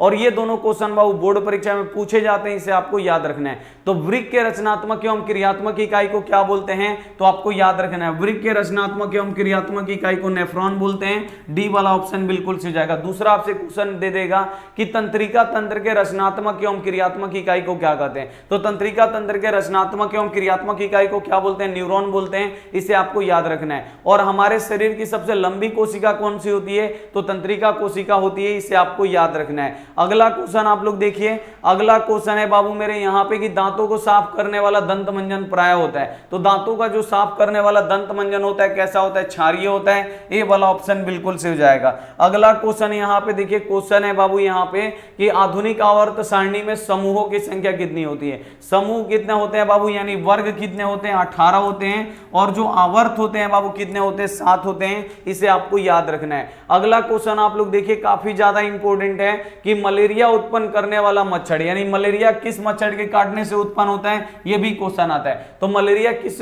मच्छर के काटने से उत्पन्न होता है, तो आपको याद रखना है मादा एनोफिलिस। ठीक है, तो मलेरिया उत्पन्न करने वाला मच्छर किस तरह के जल में पनपता है, तो जो मलेरिया उत्पन्न करने वाला होता है वो नाली में उत्पन्न होता है, यानी गंदा जल में उत्पन्न होता है, इसे आपको याद रखना है। बी वाला ऑप्शन बिल्कुल सही हो जाएगा। दूसरा क्वेश्चन आता है आपका डेंगू। डेंगू उत्पन्न करने वाला मच्छर किस तरह के जल में पनपता है, तो आपको याद रखना है कि जो डेंगू उत्पन्न करने वाला मच्छर होता है वो साफ जल में पनपता है, इसे आपको याद रखना है, काफी ज्यादा इंपॉर्टेंट है। अगला क्वेश्चन आप लोग देखिए, नर युग्मक और मादा युग्मक के संयोजन से क्या बनता है, तो नर युग्मक और मादा युग्मक जब आपस में मिलते हैं तो क्या बनता है बाबू, जाइगोट बनता है, यानी युग्मजन बनता है, इसे आपको याद रखना है। ए वाला ऑप्शन यहाँ पे बिल्कुल सही हो जाएगा। नेक्स्ट आप लोग क्वेश्चन देखिए, अगला क्वेश्चन है बाबू मेरे यहाँ पे 89 नंबर कि यूरो 2 का संबंध किससे है। अब यहाँ पे आपको बताना है कि यूरो 2 जो हुआ था बाबू उसका संबंध किससे है, तो वायु प्रदूषण से, इसे आपको याद रखना है। यूरो 2 क्या था बाबू, सम्मेलन था, और इस सम्मेलन में वायु प्रदूषण को रोकने की बात कही गई थी,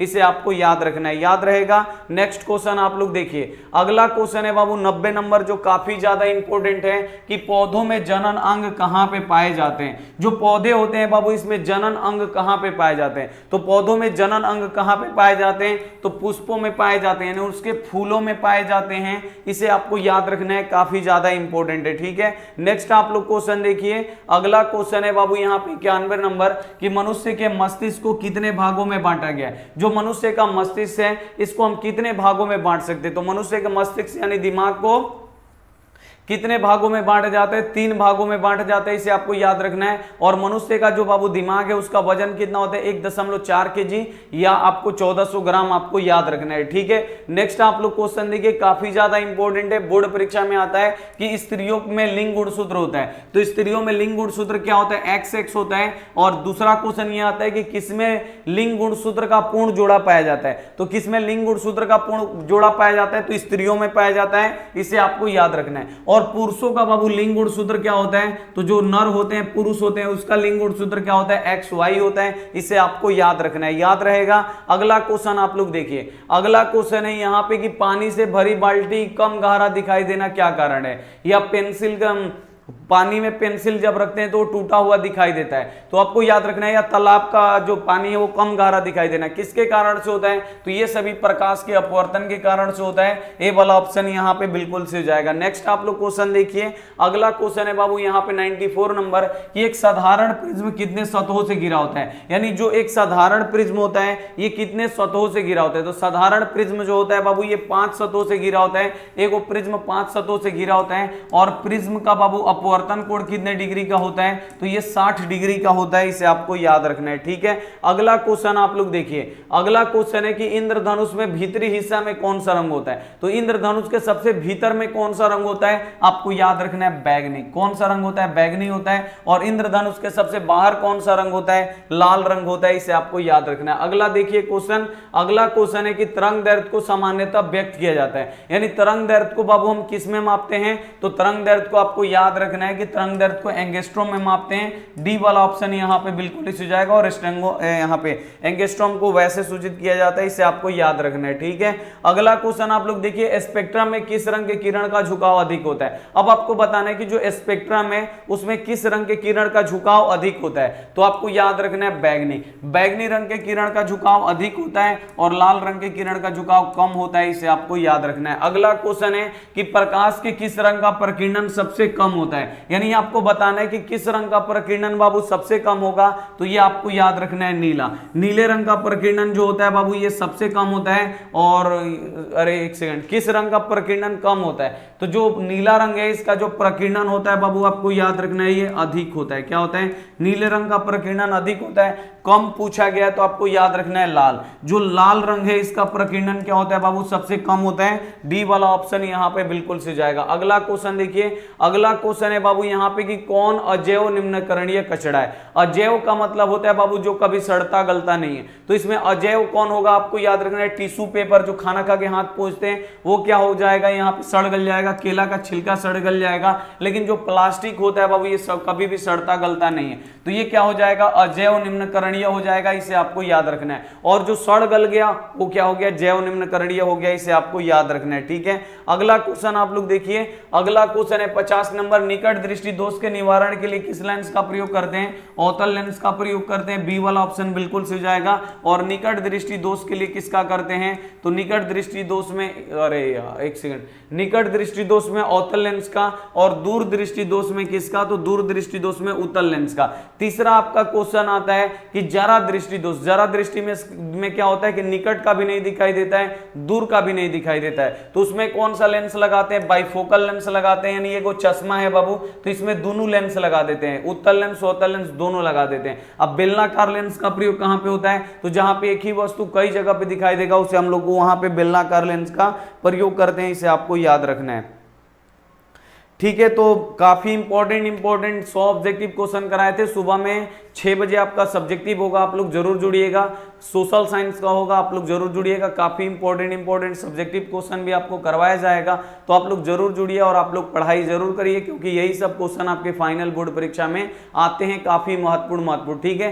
तो मिलते हैं अगली क्लास में, तब तक अपना ध्यान रखिए। और जितना भी क्वेश्चन इसमें से आपको याद नहीं है उसे आप लोग जरूर लिख के याद करिएगा। थैंक यू फॉर वॉचिंग, मिलते हैं अगली क्लास में, तब तक अपना ध्यान रखिए, मन लगा के पढ़ाई करिए। Take care and bye.